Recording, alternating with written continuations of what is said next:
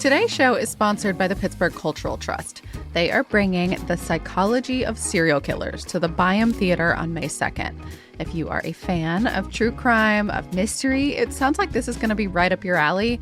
The Psychology of Serial Killers is a live true crime event led by a clinical psychologist, Dr. Rachel Tolles.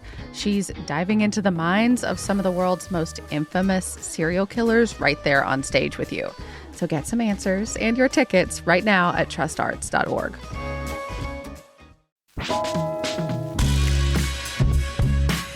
This is CityCast Pittsburgh. I'm Megan Harris, and here's what Pittsburgh's talking about. Hey, executive producer Mallory Falk here. I am with CityCast Pittsburgh contributor Colin Williams, also managing editor of City Paper. Hey, Colin. Hello.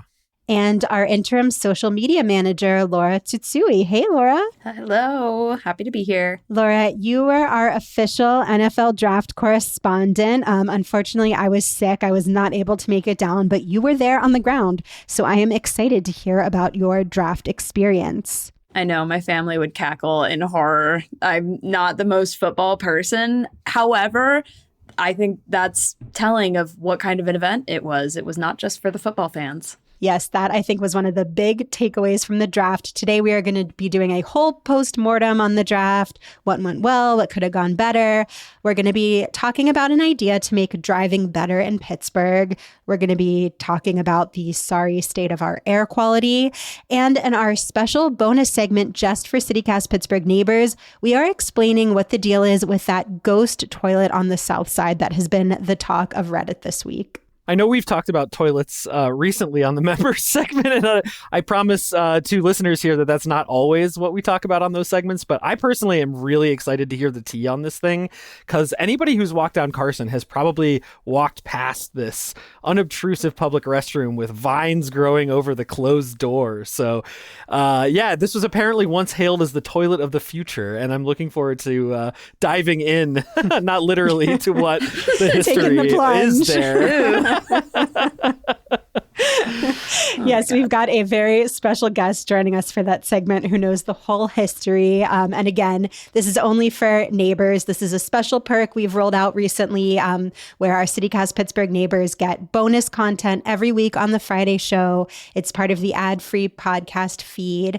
And if you want to hear the fascinating story about this toilet of the future, you can become a CityCast Pittsburgh neighbor right now for $10 a month or $100 a year at pittsburgh.citycast.fm. It is the absolute perfect time to join because we are in our membership campaign right now. So you don't only get this bonus segment and all of the other great perks we offer, like invitations to members-only events and a curated events listing every week, but right now, during this campaign, you also get a beautiful CityCast Pittsburgh yellow pennant. It's like that kind of sports flag that you can hang on the wall or wave around when you're out in public if you want to promote your love of Pittsburgh among all of your friends. This is only available during our campaign, so it is the perfect time to join. Can I just say you all have been really keeping the swag game strong recently. I continue to love wearing my parking chair hat out and about. And this pennant is a really cool perk. Obviously, everybody in the city has something black and gold in their home. But I love the I love the wryness of this, that it's a nice humorous gesture toward Pittsburgh patriotism. Yes, it says, I live here on purpose. It has an icon of a cardigan, a nice little nod to Mr. Rogers. I think this is the season when everyone's doing spring cleaning. So if you're packing up, I don't know, some poster you've held on to since college, and now you need to reflect to the world that you're not 23 anymore, consider this pennant is the perfect replacement for your wall decor. Yeah, I'm really excited to get this and put it on my wall. I have a lot of home pride. I'm originally from California, so I have some things from California on my walls, but I live here now. But I don't always want something like Honkin' Pittsburgh in my home because this is where I live. But this is, I think, the nice little subtle thing. I also want to add that I am a member. I'm not just interim social media manager. And I chose to join because this team genuinely makes me feel more connected to things. I've been to these member events pre working directly with the team. And those events are so fun. It's like being in a special little club where everyone cares a lot about the city and things going on, but it's not an exclusive one. You don't have to be on the outs. So I hope that our listeners also join as members. As Mallory said, you can join at membership.citycast.fm and get this super swaggy pennant. Yes, Laura, we love having you in the neighborhood. And, of course, beyond all of these great perks, by becoming a neighbor, you are supporting CityCast Pittsburgh so we can be here for years to come, bringing you the critical things you need to know about Pittsburgh. And being part of this media landscape that we're so excited about. We're so excited that, City Paper is back and in action. You can go to the site and read articles there. You can come over here and hear our takes on what's happening in the city. Like, we want a vibrant local media landscape here in Pittsburgh. And by becoming a CityCast Pittsburgh neighbor and supporting all the other great outlets out there, you are ensuring that that can be the case for a long time. Yeah, don't delay. Get after it. Well, speaking of things to celebrate and of Pittsburgh celebrating itself, we just came off of the most hyped, highly billed, extremely black and gold Pittsburgh weekend of all time. And I have to say, by and large, it really seems like the NFL draft, which is what, of course, I meant by all that, was a pretty big success. I think it kind of lived up to at least some of the high expectations that Pittsburgh had coming in. Yeah, I think even exceeded some of them. I think a lot of people were surprised by how fun it was who were initially planning to hide out and stay at home. Some people still did hide out and stay at home. And I think, the one criticism I have seen has been some small businesses not benefiting as much, which we'll get into. But all told, I feel like this really is being framed and experienced as a success. People had a great time. Pittsburgh was at its sunniest best, which is always very iffy in April. No major security incidents, anything like that. It just seems like we really pulled it off. Yeah, absolutely. It was beautiful. I went to Thursday and Friday events to go take some pictures, talk to people, and oh my goodness, so many humans. On Thursday, Sophia and I went to Nova Place, which wasn't technically inside of the draft footprint, but, getting there, we took the tea. The tea was packed, like sardines. It was insane. And I was a little like, oh my God, everybody's here. This is amazing. Nova Place, there was a maker's market, but then within the draft footprint itself, so many activities for people to do during the day, because obviously the draft itself, the event of when players were getting, I guess, signed to teams wasn't during the day. So it was what are you going to do all day? And you were going to go and into all these little seemingly fair spaces. It was very cool. Just purely by the NFL's metrics, I mean, the numbers here are pretty eye-popping. They're saying 805,000 people attended over the 3 days. That bested Detroit's previous record by about 30,000. They had 775,000 in 2024. And the day one attendance was 320,000 people. So the one sort of grain of salt I have with this is that these aren't unique visitors, and per one report from Front Office Sports, which is kind of an insider industry publication, they said that the league counts everyone who entered the official draft locations, both the North Shore and around Acrisure Stadium, as well as Point State Park. So my actual question coming out of this is, and I don't have a clear answer here, did they count people twice if you were at the Point and then you left and then you went to the North Shore? Because I think the footprint maybe created an opportunity for some creative math, shall we say. But it still seemed like an awful lot of people. Pittsburgh juiced the numbers? I'm not saying. I'm just asking questions. Yeah, no, I mean, if you were going into an official draft event, you went through a metal detector, and I only went into one, but was around for a bunch of it. So I'm kind of I guess if I had just been beep bopping around, I wouldn't have been counted at all. But to your point, Colin, yeah, I'm curious how many bodies were here, not just people going into one thing and then leaving and then going into another and being counted multiple times. Megan noted for us that she was only scanned once, like I was, even though she went to things all 3 days. She also noted her father got through accidentally with some box cutters. They were really being strict about having clear bags only, but I guess those were in his pocket and they didn't. I'm not really sure. So kind of questionable on if they were using the metal detectors and what the security was like. But as you said, we didn't hear about any big security breaches. Obviously, her dad didn't do anything bad with those. Trim the grass. I also heard people saying that there was a lot of very proactive litter cleanup, that people were doing a good job of like not making a horrible mess.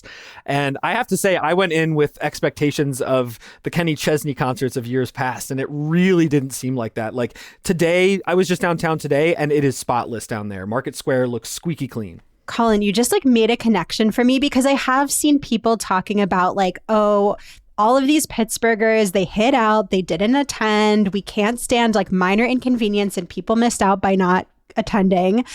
But I think we all just have collective PTSD from the aftermath of Kenny Chesney concerts. Like, yes, there was also a lot of messaging we were getting from official channels of traffic's going to be a nightmare, don't be out on the road. But maybe also just our past experiences with this singer performer made us a little more hesitant than we should have been. We were on our best behavior for sure. Well, and the reality is I was on the roads and I was like, it's amazing. I'm getting from, where I live in the East End to downtown in record time. I had a lot of friends who were told they could work from home in order to not clog up the streets, which was crazy to me. I do think that people really avoided the roads, and, the official ridership numbers aren't out for this, but it seems like most people who were in the area chose to use Pittsburgh Regional Transit. A lot of the park and ride lots filled up really early. Those free football flyer buses that were running about every 15 minutes to half an hour or so were seemingly really full. And also, I was really surprised to see this stat in preparing for the show today. Apparently, people took about 11,300 pogo rides over the course of those 3 days. So that's a pretty healthy number for our wonderful bike share system. And this really shows what a beautiful multimodal transit future we could have in Pittsburgh, which is something I think I'll touch on a little bit later in the show. Yeah, I want to say thank you, Sheets, for the free tea rides. Someone that Sophia and I overheard said they took their RV and camped in Raccoon Creek State Park, and then I guess took the tea in, which I was like, yes, that's how you do it. That's incredible. So yeah, totally with you, Colin. It was a really lovely way to enjoy the city without a car. It was very cool. Well, on the sort of more negative side of the draft, we just published an article about this, and a couple other area outlets have been on this beat as well. But if you were outside of the draft footprint and you are a small business, you probably did not have the weekend that you expected. So our reporter, Akanksha Agarwal, found that there were shops that were basically over-prepared in a lot of ways. They were expecting a big business bump, and some of them, including some businesses at Novo Asian Food Hall, ended up actually not being able to use a lot of what they had purchased. There were some businesses that were able to donate some of the food that they have, but there were others that basically just had to eat the loss. They paid for additional staff. They paid for tents. So that's a bit of a shame for the businesses that were in neighborhoods like the Strip District that were pretty close to the draft action, but really didn't seem to see a lot of spillover. And even per WTAE, there were some Strip District businesses who went all hands on deck and got a bunch of t-shirts printed and things like that, and said that they lost money on the apparel. So apparently people were really willing to pay for the $20 beers and whatever merchandise they were able to get inside the draft boundary.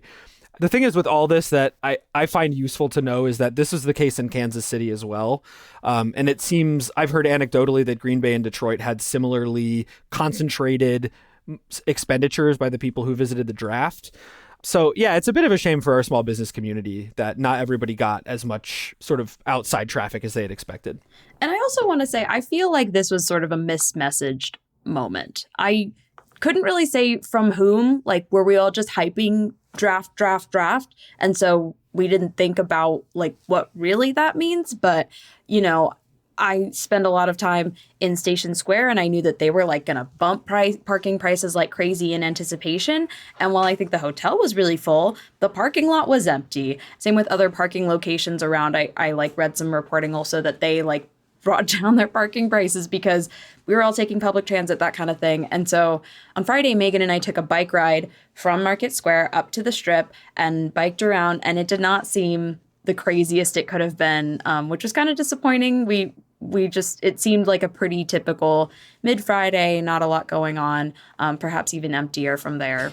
Yeah. And I feel like I've heard kind of two different things that have happened. And one was businesses over preparing, expecting this big influx because of the draft and ordering more merch or ordering more food. But then I think there were also businesses that were just kind of expecting a typical day and got less business and saw like less traffic than they normally do. And I think, yeah, the conversation has been like, well, people really heeded this call not to go out. And so restaurants in other parts of the city, that weren't expecting to get like a ton of draft spill, just didn't get like their regular customer base. We heard from folks too who had locals canceling reservations on them. So like Fig and Ash on the north side, the Nanxiang soup dumpling spot on the south side, they actually had a lot of people cancel reservations ahead of the draft. And so there were some businesses that were kind of expecting a normal business day and ended up having a kind of a subpar business day by even a normal week standards. I will say though, like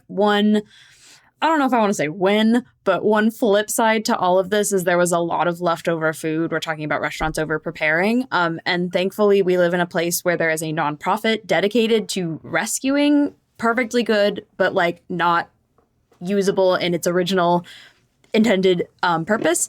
So 412 Food Rescue has already recovered more than 30,000 pounds of leftovers and expects to collect 60,000 pounds of leftover food when all is said and done. And they redistribute that food to food pantries, food banks. If they can send it to another business that will use it, they can, which is really awesome. Sophia and I went to a dinner hosted by them on Sunday that served us delicious rescued food. That's what they told us it was. And I was like, this is incredible.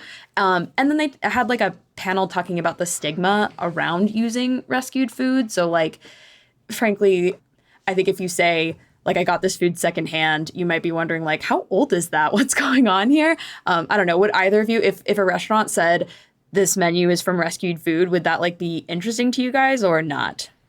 I mean, I would say that's actually maybe more interesting to me in some ways. Like my college cafeteria was really good about turning yesterday's pasta buffet into some sort of pasta salad dish the following day. And I have to say, I admire that mindset of just repurposing this stuff because it really is senseless to waste food. I mean, we all do this at home, and there's no reason why trained professionals couldn't do so in a perfectly healthy and, as you said, Laura, delicious way, if done right.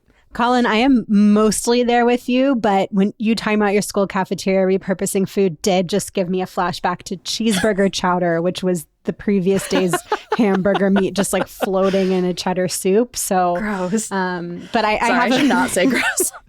But I have a feeling that there are people gross in Pittsburgh who can do better, more appealing things with leftover food. I learned a lot going to this 412 Food Rescue event, and also just kind of feel bittersweet about the fact that I'm glad this food's going to a good place potentially, but also sad that like it's kind of being wasted in the first place when there's so much hunger, and like that, again, that this mismessaging happened. So weird dichotomy here. Yeah. And I mean, I think there's just like so many numbers we are obviously still waiting on. Like we don't yet have that data about the total economic impact, who made money, who lost money, how much. We mentioned transit numbers. I also know that Visit Pittsburgh is working with an analyst to really dig into those attendance numbers and look at things like where were people coming from? I think maybe like how many from out of town. I'm not quite sure how they determine that, but to get like more granular on who came and what they did while they were here. We would love to hear from you. Should we host a draft again? Could we host a draft again? If we were to, what would you do differently? And does anybody know how you get into the official NFL draft rotation? Like, is that a thing Pittsburgh even could do? Please let us know at our Pittsburgh draft hotline. The number is 412-212-8893.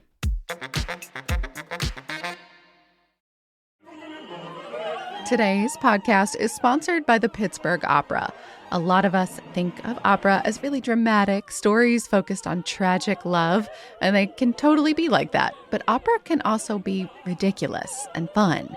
And that is exactly what to expect from their next show. The Pittsburgh Opera is presenting Verdi's Falstaff. If you have not seen it, Falstaff is considered one of the best-known comedic operas of all time. The music really matches the mischief. It's based on The Merry Wives of Windsor by William Shakespeare, and you're going to follow Sir John Falstaff's attempts to woo 3 women with identical love letters. Honestly, I think Falstaff would have loved online dating. The show runs April 28th to May 3rd, and each performance has English subtitles projected above the stage. So you're always going to know what's going on, though I have been to their shows like this. The performers do such a great job of depicting the action. If you look away, you're still going to know what's up. You have 3 chances to catch the show April 28th, May 1st, and May 3rd. And a big bonus for that May 3rd matinee, the Pittsburgh Opera is providing free childcare. Such a game changer. Tickets to Falstaff start at just $20 with all kinds of discounts for kids, teens, students, seniors, military service members, and more. You can learn more at pittsburghopera.org/citycast. Pittsburgh Opera, where can we take you? Today's show is brought to you by City Theater and their production of Hedwig and the Angry Inch. This Tony Award-winning musical follows the life, loves, and heartbreaks of the legendary Hedwig, an East German rock and roll goddess. I have been meaning to see this musical forever. I know it's got a huge cult following, but the last time City Theater put on the show was in 2003. So I am very thrilled they're reviving it. It's exciting for people like me who get to check it out for the very first time, and all the so-called heads out there who will now get a chance to re-experience the show right here in Pittsburgh. Hedwig and the Angry Inch is running from May 12th to June 7th at the Greer Cabaret downtown, and it's being presented in partnership with the Pittsburgh Cultural Trust. You do not want to miss this beloved, fierce, and energetic show. Tickets available at citytheatercompany.org. We are back, and we are still celebrating what we love about Pittsburgh. In honor of our 1000th episode of CityCast Pittsburgh, we have been compiling a list of 1,000 things that we love. With your help, we're going to have our final list very soon for everybody. We've gotten so many wonderful contributions. And of course, 1,000 Things We Love is brought to you by the Pittsburgh Cultural Trust.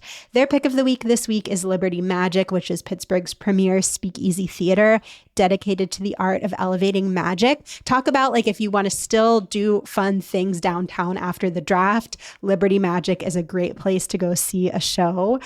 But Laura, Colin, what are your picks this week for something you love about our city? I think that Handmade Arcade and Pittsburgh's maker markets are something really worth celebrating about this community. I've participated in them in the past as a vendor. I shop at Handmade Arcade almost every single year for a lot of my holiday shopping, and I just love the stuff that is on offer at those. I really enjoy all the different kinds of handicrafts that you see people doing. And one of the things that I think is perhaps the most exciting about those is that there's often a hands-on component. And so if you're really intrigued by seeing, I don't know, an embroidery or somebody's handmade spoons, you can go and try out embroidery or try out a blacksmithing class. So shout out to all our city's makers, artists, and craftspeople who are out there doing the good thing at all those wonderful vendor markets. I'm going to say topography. I love that you can love or hate that it's hilly. I think in some ways it weeds out the weak. But and now that I have an e-bike, I can actually get up the hills. But I just find it so interesting. It's really lovely to walk my dog around and turn the corner and be like, oh my gosh, now there's a park and now there's this little green space. And I think in some ways the topography makes this a difficult place to live, but also means that there's little hidden gems and spots that are so unique. You can never find them anywhere else. I fully agree with that. I'm going to go with something Sophia sort of touched on last week, which is just our ice cream scene. We have so many good ice cream options here. And I feel like each pocket of the city has its own special ice cream place, in part determined by our topography, to bring it all together. But I think this is because I just recently went to Leona's Scoop Shop that recently opened in Garfield, where you can get a scoop of ice cream inside of fresh cookies. Highly recommend the passion fruit, which I did not order, someone else did, and I regretted my order the entire time. And of course, always shouting out Pages, but there's so many great spots here for so many different types of ice cream and so many different types of like whether you want to eat it under a bridge or sitting on a little bench doing people watching on Penn. There is no shortage of spots, and it is the time of year to start cooling off with a nice cone. Every time I go to the East End Food Co-op, before Leona's had a physical spot on Penn, I would just get like 2 sandwiches and then tell my partner, like, pick one. You get one and I get one. Big shout out for an ice cream sandwich. I co-sign that. And if you have something you love about Pittsburgh that you want to share with us, this is the final call. Like I said, we are putting together our final list very soon here. So we will have a link in our show notes where you can send in your submission.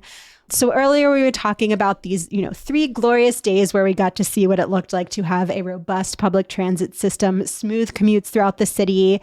That is not usually what it's like here. And Colin, your very first article back at City Paper, but your 300th byline total, so congrats. Thank you. Is actually pitching an idea for how to make things better. You must feel very passionate about this to have had this be like the first thing you wanted to write, the first thing you wanted to tell the world when City Paper started back up. So when the paper closed, I was jonesing to get back to some transit hot takes. And I had the opportunity to do a lot of reporting and just reflecting and thinking about all this stuff. And as I said in this article, some of that time was spent behind the wheel. And I am just so over sharing the road with Yinz. It has gotten real bad around here. There were a bunch of crashes during the draft, even with all these open roads, this improved public transit, and fewer Yinzers out and about.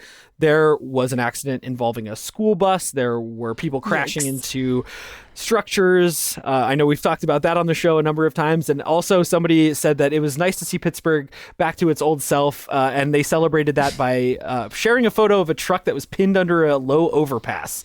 So I am just really still seeing this need in Pittsburgh. And one of the things that I alluded to in a past version of Transit Talk is the idea of separating our traffic enforcement from our law enforcement, from our criminal law enforcement. Right now, the Pittsburgh Bureau of Police has a lot of things to deal with, and that includes a lot of really, really bad driving.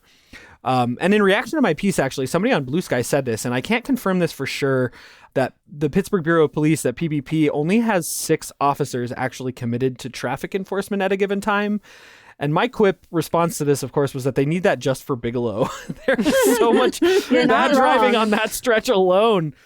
The thing is, there are grounds for enforcing this in Pennsylvania. We have a law on the books now called Paul Miller's Law that makes it illegal for you to hold your phone while you're driving. But I see people doing this all the time. Like, I saw a guy watching Facebook videos turning onto the West End Bridge. I was behind someone the other day who almost crashed on the Homestead Grays Bridge because he was holding a phone up next to the steering wheel. And this behavior is not going to enforce itself. It seems like everybody feels like they're somehow exempt from the traffic laws, or they're the one person who can text and drive safely. And I'm here to tell you, it ain't true. Actually, when I moved here in 2020, I was very surprised by how many people text and drive. Having moved from California, that was like a law already. And like, I kind of feel like it just takes time and enough people to get pulled over for it to be like, ooh, you should not do that. But also like, it is just so unsafe. And sometimes I think that perhaps being a place where the traffic is start and stop really like lends itself to that. I don't know if that's true. That's Laura's hot take. But like, you're sitting at a stoplight, you're just waiting, and you're like, I'll just blue. And then someone's laying on their horn behind you, and you're like, oh my God. But that's not a good excuse whatsoever. But yeah, I have noticed that it seems to be a particular issue here in Pittsburgh. Well, and I think getting back to the topography of it all, like within the city, there's also not many places where you can drive super fast, which I think contributes to it too. People thinking they're going at like a low enough speed that they can, I was going to say just like check their text, but I guess watch like a full TikTok reel too. I don't know. This works perfectly to tie together some of my other past Transit Talk topics, because I think that the long lights are definitely an issue here. And there are intersections like the Fifth Avenue intersection with Penn that could easily be transformed into roundabouts. There's the tangled mess that is the Bloomfield Bridge intersection right there in the heart of Bloomfield. But I mean, to the point about topography, I'm just like, how are you doing these hairpin turns with an iPhone held up to your face? Like, it really seems very dangerous. And that's where I think, these people are running into quite literally, your local Wendy's or a closed bank building or a hospital entrance or all these other things that I've seen come up recently. Those are not hypotheticals. These are real. Yeah. And the list goes on. Multiple houses, churches, people's porches, going over embankments. But Colin, I'm curious, if this is a real thing that exists in other places, is how realistic is it to try to separate traffic enforcement from the police? So it's definitely, there is precedent elsewhere. In the United States, there's not a ton. Berkeley, California is the only city that has really made a concerted effort to do this. And basically that effort has been snarled by red tape and the slow process of legislating in that particular jurisdiction. And they have all the law set up. The plan is to start a transit agency called BERCDOT, the Berkeley Department of Transportation, that would essentially be a civilian force. In other words, they would be unarmed. They wouldn't be carrying guns around. There would be less of this mentality of an inherent threat in the situation. There aren't a ton of other places in the U.S. that have tried this seriously, but Canada does this to some extent. Germany is very heavily into automated enforcement. And I mentioned this, but they have a very German-sounding Department of Order that takes care of some of the things like parking violations. And I hold this up as an example, not because this is exactly what we should do, but because it proves that there is precedent here. And as far as why separate this from criminal law enforcement, I think that also harkens back to some other historical inequities. Mm-hmm. Per a public source report from 2023, they found that Black Pittsburghers are roughly 2.5 times more likely to be pulled over by police for traffic violations. Meanwhile, there was a recent Trib article that the police are very focused on the putative danger that's being posed by e-bikes driving around town. It's Laura. Laura just told us about her e-bike. It's not me. I use my hand signals. I wait at the stoplights. Well, also as an e-bike rider myself, I signal and I have lights and all this stuff. But even if you're riding an e-bike in an unsafe manner, you're putting essentially only yourself in danger. You're not gonna. It's very, very unlikely that you're gonna crash into a pedestrian and kill them. And if you're in a Ford F-150, just to pluck an example out of the air, I feel like that likelihood rises pretty significantly, especially with some of these trucks that have hoods 5 feet off the ground. So the idea here basically that I'm sort of throwing into the ether is that if we implemented something that's more of a civil law enforcement, a civilian body that could do less armed traffic enforcement, I really think that this is a way not only to improve the city's driving, but we could also fill this budget hole that we keep discussing on this show. Think about if we were saddling people with $250 tickets for holding up a phone while they're driving, or if we are adding speed cameras that just keep the pace of traffic lower after a few people learn that lesson with a bill in the mail. I think we could kind of kill two birds with one stone here. One other driving update for you that I think is important. The Pennsylvania Turnpike is going to start texting drivers about unpaid tolls this summer. And I really wanted to share this as a public service announcement because I get scam, quote unquote, turnpike text all the time. I just got one this week. I always ignore them. But this week when I got one, I went and checked my EasyPass account to make sure there wasn't actually a real alert there because the Turnpike is going to start sending out real alerts. So a thing that I think is good to have on your radar and a reminder, anytime a state agency, a bank, whoever, if they send you a text, don't click the link directly in the text. Go check your account. Don't get scammed, but be aware that you might be on the hook for some unpaid tolls this summer. Yes, do not get scammed.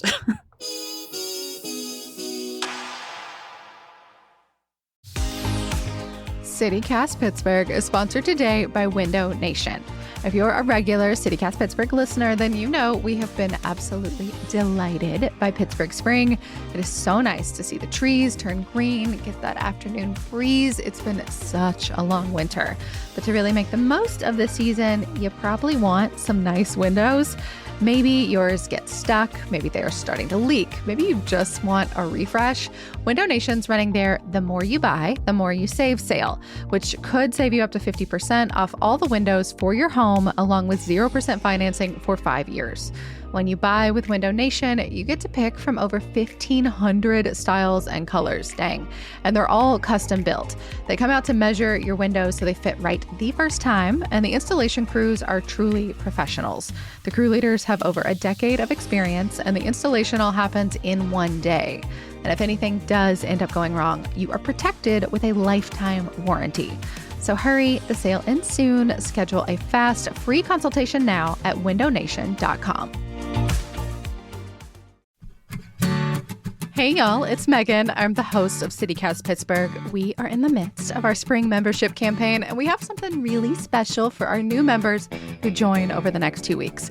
So you have probably seen those felt wool Oxford pennants. They're on Instagram. They hang in your favorite local coffee shops. They are beautiful, American made, and honestly just the coolest thing. This spring, they made one just for us, for Pittsburgh, as a celebration of everything that we love about living here. It is, of course, black and yellow. It has our city name front and center, a Mr. Rogers cardigan icon. We got to choose that. And it says, "I live here on purpose," because we all do. These are handcrafted in Buffalo, New York. Hey, Rust Belt. And designed specifically for our CityCast Pittsburgh neighbors. You will not find this anywhere else. You can hang it at home, at your office, wherever you want to remind yourself and anyone around you that you love Pittsburgh, all of its quirks, its delights, and that you want to be part of making it better. When you become a CityCast Pittsburgh neighbor, you're also getting ad-free listening, invitations to members-only events, and more. It's $10 a month, $100 a year, and it goes directly to supporting this show, this experiment, and the team of locals who make it happen. Join before May 8th to get the pennant at membership.citycast.fm/Pittsburgh. That's membership.citycast.fm/Pittsburgh. We'll see yins around the neighborhood.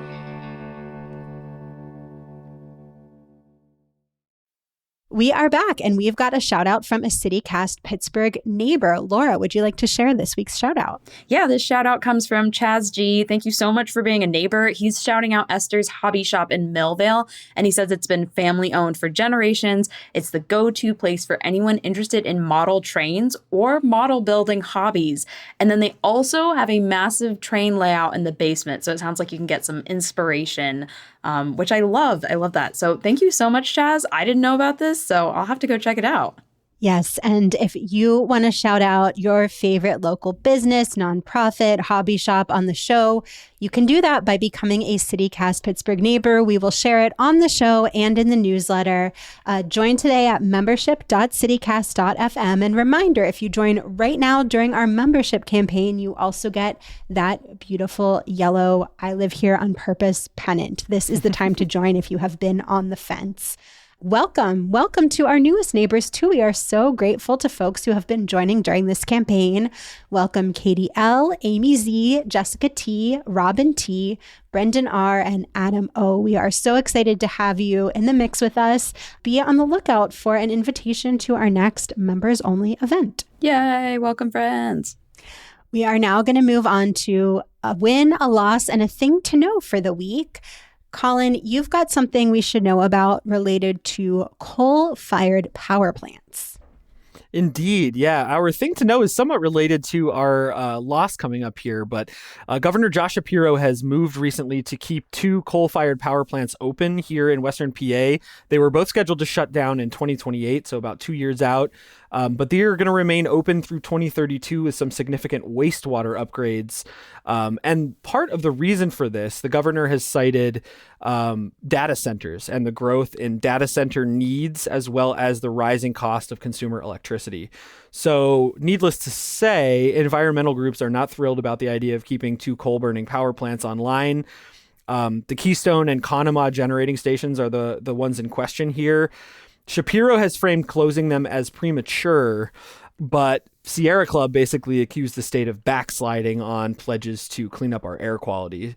It's an interesting issue because it's at the intersection of a number of different political goals. Obviously, environmentalists want to see these plants closed down. There are other groups that want to see them transition to, for example, nuclear energy. But Shapiro has really framed this as a boon for the state at a time when utility costs have been skyrocketing. And actually, the IBEW, the International Brotherhood of Electrical Workers, supported this move as well. But if you read through the public comments, there are a lot of people who are agreeing with the Sierra Club and are agreeing with Penn Environment, which released a statement on this during Earth Day last week. So kind of a hot button issue here, a thing to know. And this is also coming against a background of other similar projects like the Homer City redevelopment project in Indiana County that would turn an older power plant into a potential data hub. And there are even plans afoot to reactivate 3 Mile Island as a Microsoft data center. And that ought to raise eyebrows for anybody who is alive when 3 Mile Island experienced our country's worst ever civilian nuclear disaster.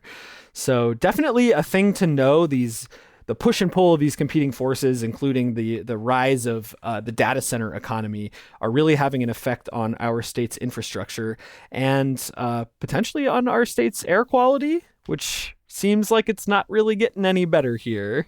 Well, I would say it has been getting better, but it's still very bad. When you compare it to other cities, bad. Yeah, our loss is that Pittsburgh got an F in air quality, womp womp, from the American Lung Association's annual State of the Air report, which looks at ozone and particle pollution. The county's air quality has dramatically improved over the past 20 years, but the Pittsburgh region still has some of the worst particle pollution in the U.S. And we're consistently on if you look at 20 worst cities with air quality, it's Pittsburgh in there, which sucks. And I will say too, some people have some issues with how this data was collected and say this isn't quite fair. Yeah, I think related to kind of choosing sites with the worst possible readings, sort of the most extreme pollution spots. But I also think that's how they've been measuring things for a long time. So it's consistent year to year. Yeah, we're consistently bad. But after it rains, I'm the air's so clear. So small wins either way. The only thing worth noting here is that this is our 19th F on this air quality report. We've been scoring Fs for quite some time on the ALA's report. So I think regardless of whether or not you are completely in alignment with how the ALA is measuring these things, the grassroots work being done here definitely reflects a lot of concern around this issue that's been going on for quite a while. And we've got organizations like the Group Against Smog and Pollution, GASP. There is the really fabulous app that I recommend to all kinds of people, the Smell Pittsburgh app, where you can report smells. And I think just kind of keeping local authorities' feet to the fire on this issue, we are seeing modest gains. It's just, not happening, I think, as fast as some of these environmental groups would like. And when you're the one breathing in the air, you want a little more than modest. Modest is not the word you're looking for when it comes to your own lungs. Yeah. Moving on to a win. I mean, I guess a win or a loss, depending on your feelings about whether Punxsutawney Phil needs to just be allowed to retire and live out his life the way other groundhogs do. But Punxsutawney Phil threw out the opening pitch in yesterday's Pirates game. He's worried that if he retires, he'll lose his will to live. All Booked right. and busy. Now, I have a question. If Punxsutawney Phil sees his shadow on the pitcher's mound, does that mean 6 more weeks of baseball? Ooh. I wonder if there's some sort of prognostication we could do if Punxsutawney Phil is a harbinger of the Bucktober to come under this reinvigorated Pirates team, or if this is the start of maybe a bleak rest of the season after a little losing skid versus the Cardinals. Okay, you heard it here first. This is the new tradition. Punxsutawney Phil wants to be booked and busy, so now he's predicting all kinds of seasons. I think this is how we keep Punxsutawney Phil's relevance up later in the year after Groundhog Day. We need to bring him out every April. We need to have him be a part of this baseball tradition. Punxsutawney Phil could be a boy of summer as well. Why not? We could get him a tiny jersey. I see a lot of upside here. I think this is a really great marketing plan. All right, that is today's episode for everyone else, but CityCast Pittsburgh neighbors get to stick around for a special bonus segment. We are bringing on an extra special guest, producer Sophia Lowe's partner and former local journalist Jacob Lazaro. He did a deep dive on the history of this abandoned public bathroom on the South Side that at least everyone on a specific corner of the internet has been talking about this week. Like we mentioned up top, it was supposed to be the toilet of the future, so he's going to say what exactly happened. Make sure you are listening in your members only ad-free feed to get this. If you need help, you can reach out to membership at citycast.fm and they'll get you all set up. And if you are not a neighbor, you can sign up right now. Do it right now during our spring membership campaign so that you can listen too. You can go to membership.citycast.fm/Pittsburgh or go to the link in our show notes. It is $10 a month, $100 a year. Go sign up, then come back and listen. This is like the perfect segment if you're the kind of person who likes to know the backstory of the thing you walk past all the time and wonder about, but have never taken a moment to research yourself. That's all for today here on CityCast Pittsburgh. Remember, you can support us by becoming a CityCast Pittsburgh neighbor during our membership campaign at membership.citycast.fm. That'll get you great perks like ad-free listening, invites to members-only events, and right now, during the campaign, that cheery, bright yellow I Live Here on Purpose pennant. It is exactly what you want decorating your porch as we head into spring and summer. Our music is by Los Mocochetes, Aaron Taylor Waldman, All the Kimonos, Oxjack, River Run Dry, Bagel, Spooky Tooth, and the Pittsburgh Opera, with additional mixing by Tyler Lindgren. Megan Harris is our usual host. Sophia Lowe and Elizabeth Kama produced the show this week. Francesca DeBecco writes our newsletter, and I am the team's executive producer, Mallory Falk. We will be back on Monday with more from around the city. Have a great weekend.